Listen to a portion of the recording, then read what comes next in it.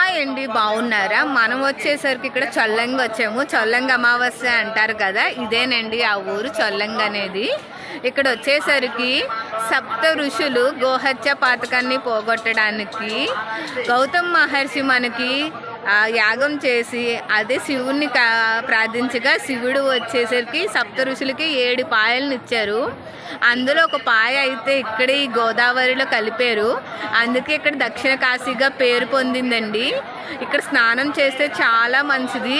అలాగే ఈరోజు పితృదేవతలకి తర్పణాలు కూడా వదులుతారండి. మేము వచ్చిన కారణం ఏంటంటే మాకు చిన్ని పాప పుట్టి 5 days తర్వాత చనిపోయింది. మాకు తెలీదు. నేను కాకినాడలో ఉన్న ఇన్ని సంవత్సరాలైనా ఎప్పుడూ రాలేదు.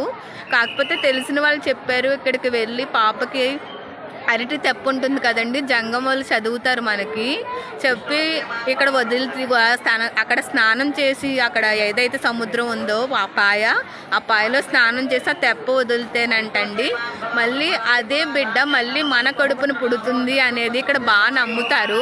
చాలా మందికి అలాగే జరిగింది. అందుకే ఈ సంగమేశ్వరి స్వామి రాజరాజేశ్వరి సమేతంగా ఇక్కడైతే వెలిసాడు. ఖచ్చితంగా ఈసారి కుదరలేని వాళ్ళు నెక్స్ట్ టైం అయినా వచ్చి విజిట్ చేయండి. ఇది కాకినాడ యానం మధ్యలో ఉంటుందండి. చొల్లంగి అనేది కాకినాడకి 7 kilometers ఉంటుంది.